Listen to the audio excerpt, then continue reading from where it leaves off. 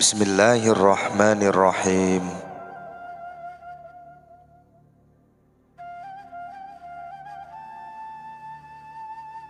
Dikutip dari orang-orang salaf bahwa dusta yang samar atau semi berdusta cukup untuk menghindarkan diri dari dusta. Sebagaimana penjelasan berikut ini, Umar radhiyallahu an berkata, di dalam dusta yang samar terdapat sesuatu yang membebaskan seseorang dari dusta. Ini diriwayatkan dari Ibnu Abbas radhiyallahu an dan lainnya. Ini dilakukan untuk menghindari dusta. Apabila tidak terpaksa, maka tidak boleh melakukan semi dusta. Tetapi semi dusta itu lebih ringan dari dusta. Contohnya, suatu ketika Mutrif menghadap Ziyad atau gubernur Basrah. Ziyad berkata, "Engkau terlambat." Lalu Mutrif beralasan sakit, "Aku tidak dapat mengangkat lambungku semenjak aku berpisah dengan Amir, kecuali aku diangkat oleh Allah." Muaz ibnu Jabal bekerja untuk Umar radhiyallahu an. Ketika Muaz pulang, istrinya bertanya, "Apakah engkau tidak membawa sesuatu yang biasa dibawa oleh para pekerja untuk keluarganya?" Muaz memang tidak membawa sesuatu untuk istrinya. Maka ia menjawab, "Di sisiku ada pengawas." Istrinya berkata, "Engkau adalah orang yang dipercaya oleh Rasulullah dan Abu Bakar. Apa benar Umar mengirim pengawas bersamamu?" Lalu istrinya pergi dan mengadu kepada Umar. Setelah mendengar pengaduan istri Muaz, Umar memanggil Muaz dan bertanya, "Apakah aku mengirim pengawas bersamamu?" Muaz menjawab, "Aku tidak punya alasan untuknya, istri Muaz, selain itu." Umar tertawa dan memberi sesuatu kepadanya sambil berkata, "Senangkanlah istrimu dengan barang ini." Arti pengawas adalah mata-mata. Namun yang dimaksud oleh Muaz adalah Allah yang Maha Melihat. Ibrahim An-Nakha'i tidak pernah berkata kepada istrinya, "Aku akan membelikan gula-gula untukmu."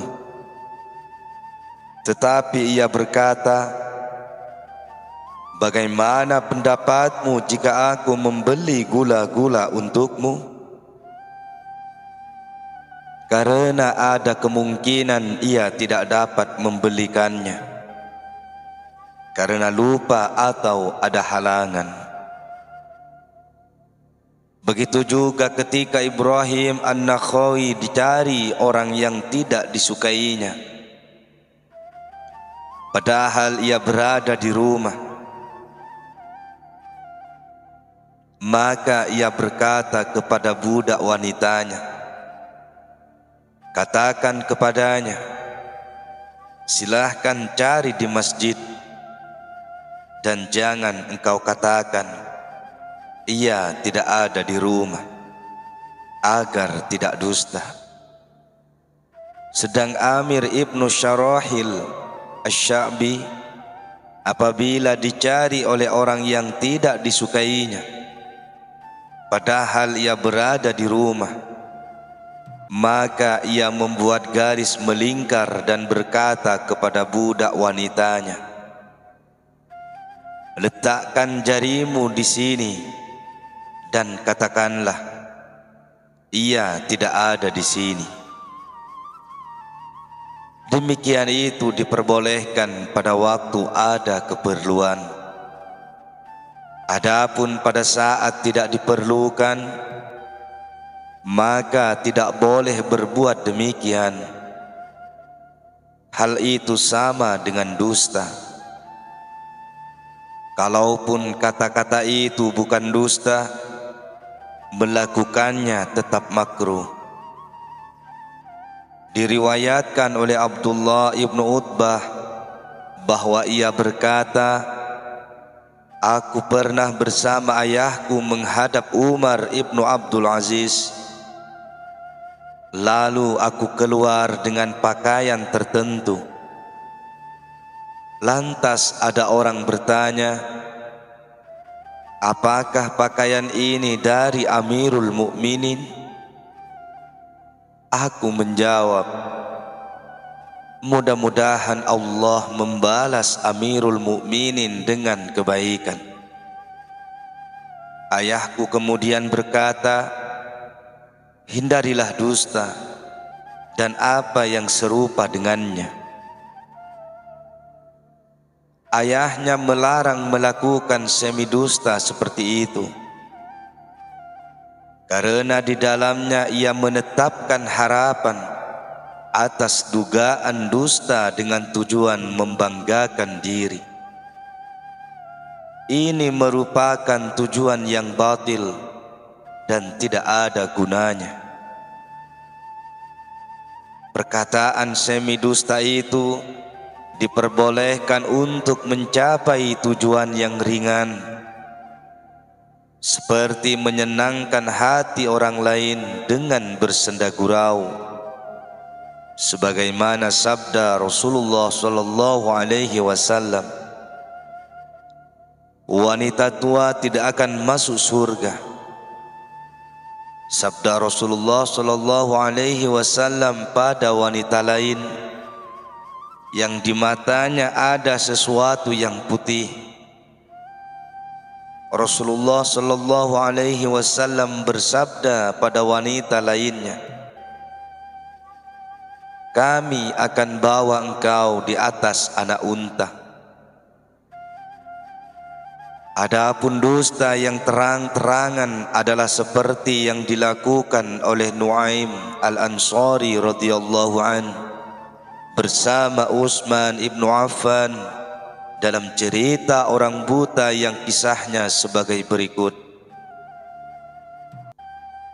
Mahzuma ibnu Naufal adalah seorang buta. Pada suatu hari ia pergi ke suatu tempat untuk kencing. Tiba-tiba orang-orang berkata,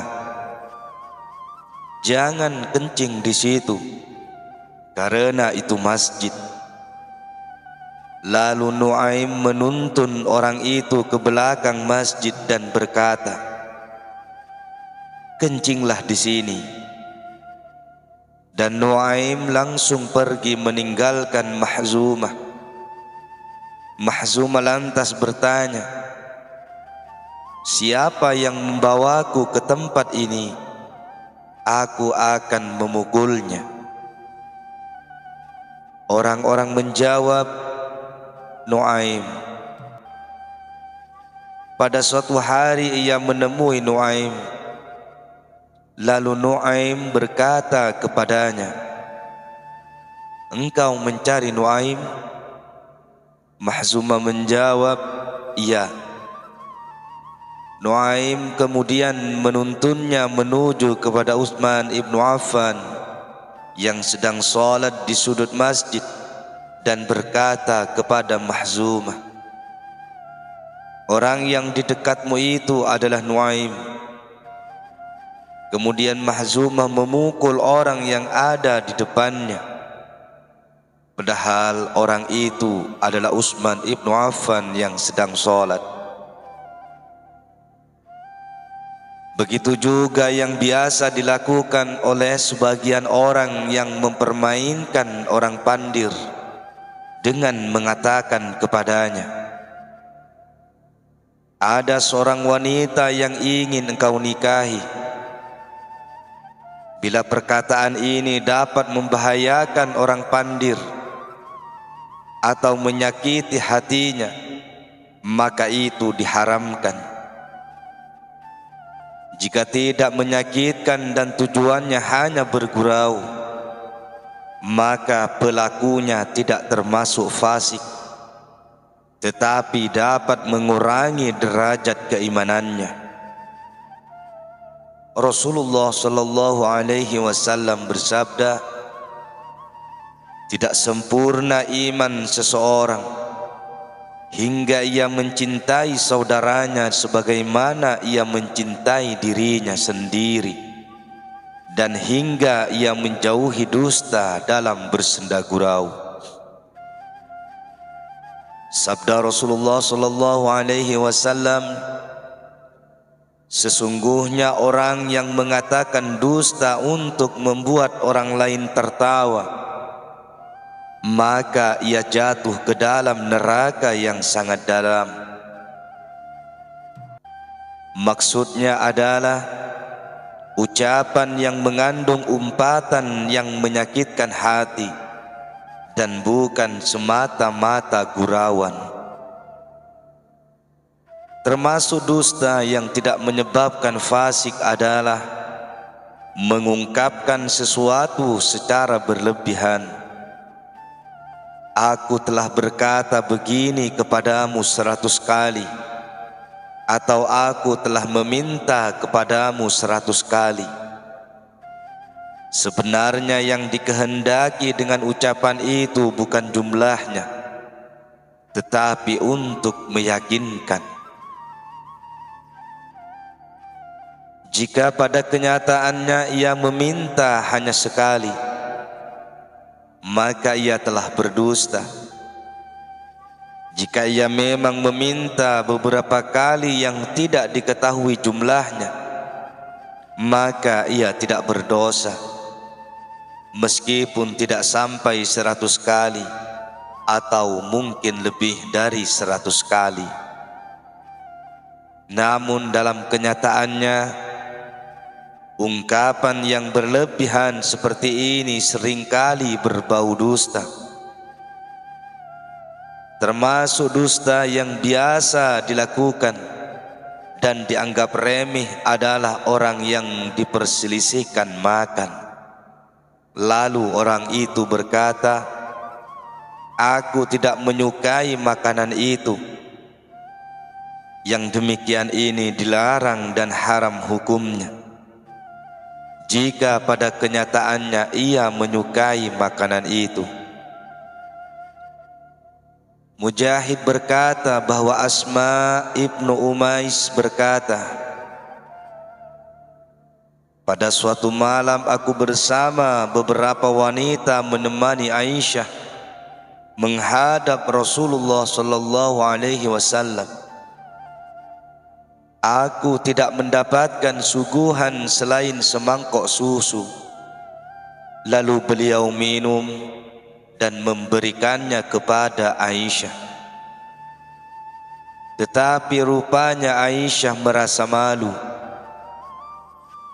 Aku berkata kepada Aisyah, jangan engkau tolak apa yang diberikan Rasulullah. Ambillah.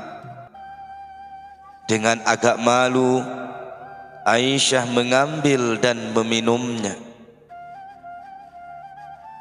Kemudian Rasulullah sallallahu alaihi wasallam berkata, berikanlah kepada teman-temanmu. Para wanita itu menjawab, kami tidak menyukainya. Rasulullah lantas berkata, jangan kalian menggabungkan lapar dan dusta. Aku bertanya, ya Rasulullah, jika salah seorang di antara kami menyukai sesuatu, tetapi ia berkata tidak menyukainya. Apakah perkataan itu termasuk dusta? Rasulullah sallallahu alaihi wasallam berkata, sesungguhnya dusta itu ditulis sebagai dusta, sehingga dusta kecil pun ditulis sebagai dusta kecil. Orang-orang Wira'i melarang dusta, sebagaimana yang disebutkan dalam sekilas kisah-kisah berikut ini. Abu Harth Al-Laits Ibnu Sa'ad berkata, ketika Sa'id Al-Musayyab sakit hingga kotoran keluar dari matanya, ada seorang yang berkata kepadanya, bagaimana jika kedua matamu itu engkau usap? Sa'id menjawab, bagaimana aku akan berkata kepada dokter, padahal ia berpesan kepadaku, jangan kau usap kedua matamu. Ucapan seperti ini merupakan kehati-hatian orang Wira'i. Barang siapa meninggalkan kewaspadaan terhadap dusta, maka lisannya tidak akan terkontrol dari berdusta, sedangkan ia tidak merasa melakukannya. Khawwat At-Taimi berkata, saudara wanita Ar-Rabi ibnu Khaisam datang untuk menjenguk anak Ar-Rabi. Wanita itu lalu mendekap anak itu sambil berkata, bagaimana keadaanmu, wahai anakku? Kemudian Ar-Rabi duduk di sampingnya dan bertanya, apakah engkau pernah menyusuinya? Wanita itu menjawab, tidak. Ar-Rabi lantas berkata, mengapa tidak engkau katakan wahai ponakanku saja? Karena itulah yang sebenarnya. Berdusta tentang mimpi termasuk dosa besar, sebagaimana sabda Rasulullah sallallahu alaihi wasallam, di antara dusta yang besar adalah apabila seseorang mengaku keturunan dari orang yang bukan ayahnya, atau mengaku melihat sesuatu dalam mimpi padahal ia tidak melihatnya, atau ia mengatakan atas namaku tentang sesuatu yang tidak pernah aku katakan. Rasulullah sallallahu alaihi wasallam berkata, barang siapa berdusta tentang suatu mimpi, maka pada hari kiamat ia akan dipaksa mengikat 2 buah gandum, padahal ia tidak akan bisa mengikat keduanya selama-lamanya.